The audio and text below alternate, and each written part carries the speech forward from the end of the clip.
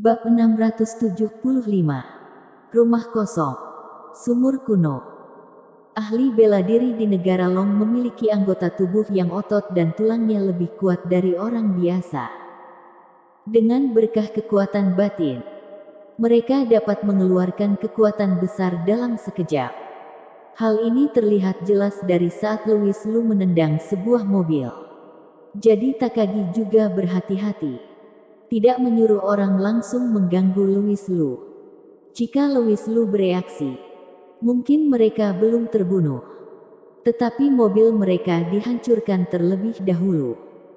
Takagi menyuruh kedua pria itu untuk menembak bagian vital Louis Lu terlebih dahulu. Lalu memukulnya jika tidak ada kecelakaan. Louis Lu pasti akan mati. Dua anak buahnya melakukan hal yang sama. Saat mengemudi menuju Louis Lu, dia siap untuk menembak lebih dulu. Tetapi tidak menembakkan pistolnya. Malah dia berteriak, "Katakan untuk menembak. Mengapa kamu berteriak?"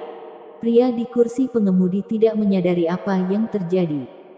Tetapi dia mendengar komplotannya berteriak. Sangat tidak puas. Dia tidak ingin berpikir terlalu banyak. Mobil sudah menabrak di depan Louis Lu. Menurut rencana mereka sebelumnya, akan aman untuk menembak terlebih dahulu. Tetapi sekarang kaki tangan yang menembakkan senjata tidak tahu apa yang sedang terjadi. Pengemudi hanya bisa membanting dengan kecepatan tinggi. Pada saat ini, pengemudi tiba-tiba menyadari kaca depan mereka rusak. Itu hancur oleh satu tendangan kaki. Dan pemilik kaki itu adalah Louis Lu. Peng! Saat kaca depan pecah, tubuh Louis Lu sudah masuk ke dalam mobil. Peng! Pengemudi ketakutan dan dengan panik membanting setir. Hasil akhirnya adalah mobil tanpa terkendali jatuh ke sungai. Dua anggota Yoshikawa dibuat menjadi sangat kacau. Ketika mereka pulih, mereka telah diseret keluar oleh Louis Lu. Mobil tenggelam ke dasar sungai. Kamu. Kedua kepala mereka berdarah. Ketika mereka melihat Louis Lu berdiri di depan mereka utuh, ekspresi mereka berubah drastis. Seolah-olah mereka melihat dewa kematian. Takagi mengirimmu ke sini. Louis Lu bertanya. Keduanya mengangguk ngeri. Louis Lu tidak mengatakan omong kosong lagi. Dia menendang mereka dan membuat mereka pingsan satu persatu. Rasa dingin muncul di kedalaman matanya yang gelap. Takagi, tidak bisakah kamu hidup dengan baik? Tuan Lu, apakah kamu baik-baik saja? Dili Wu dan yang lainnya belum pergi jauh. Karena ada keributan besar di belakang mereka. Yang tentu saja membuat mereka khawatir. Mereka tidak mencari Ting Chen dan berlari kembali ke tempat kecelakaan itu terjadi. Melihat Louis Lu muncul, mereka semua terkejut. Dalam kecelakaan yang begitu serius, dia tidak terluka. Louis Lu menjelaskan, mobil kehilangan kendali dan jatuh ke sungai. Aku beruntung bisa menghindarinya. Kalau tidak, aku akan tertabrak mobil dan mati. Tuan Lu benar-benar diberkati. Semua orang berkata dengan rasa takut yang tersisa. Tidak banyak berpikir sama sekali. Adegan barusan terjadi terlalu cepat. Ketika mereka menoleh, mereka melihat sebuah mobil terjun ke sungai. Mengira itu hanya kecelakaan lalu lintas biasa.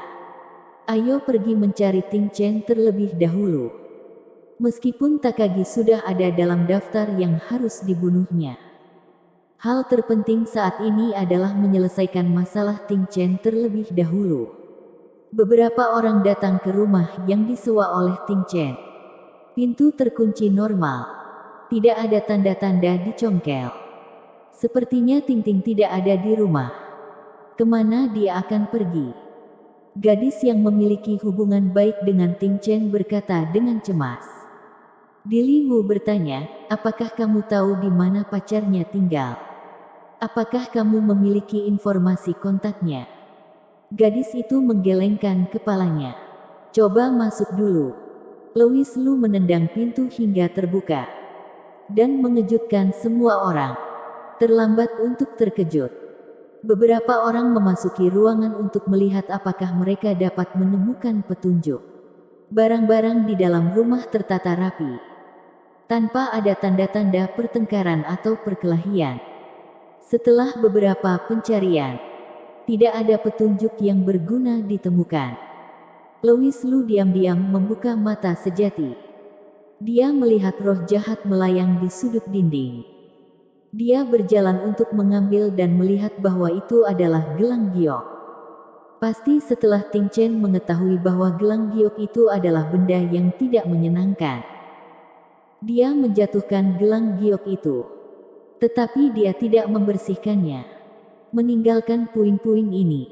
Mungkin ini bisa menjadi kuncinya. Louis Lu berkata kepada Dili Wu dan yang lainnya, pergi dan cari di sekitar. Setelah beberapa orang bubar, Louis Lu memegang pecahan gelang giok. Matanya tiba-tiba berkedip beberapa kali. Di langit di atas area itu, ada aura ganas yang sama seperti pada gelang giok, yang berhasil ditangkap oleh Louis Lu. Di sebuah rumah kosong, ada sebuah sumur kuno.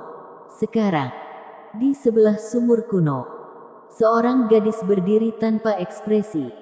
Tubuhnya tegak, lengannya terkulai. Matanya menatap kosong ke arah sumur kuno di depannya.